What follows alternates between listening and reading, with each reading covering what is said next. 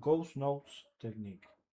First, you need to hold the strings with your left hand, but without making too much pressure, because otherwise you're going to hear basses or even the regular notes. You need to use more than one finger. This is because if you use a single finger, you're going to obtain this, the harmonics. So, for example, let's going to use 3 fingers. And with the right hand or plucking hand, you're just going to pluck like this, like you normally do it.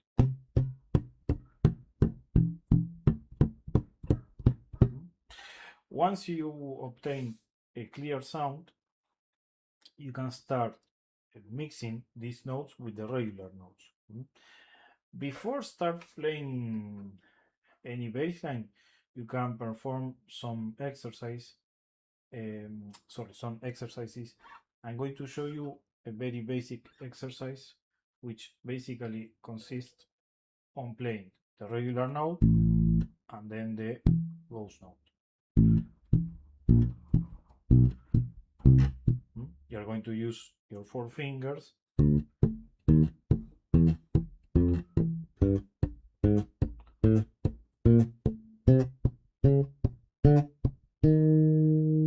Etc.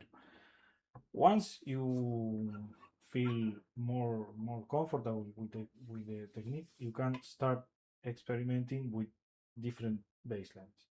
For example, let's going to play a short bass line. This is the idea. For example, I'm playing the D, then I'm moving to the octave, then the ghost note, B, and a hammer on to C. And the same ghost note, but this time I'm going to play G and A. And I can repeat, but only the first part.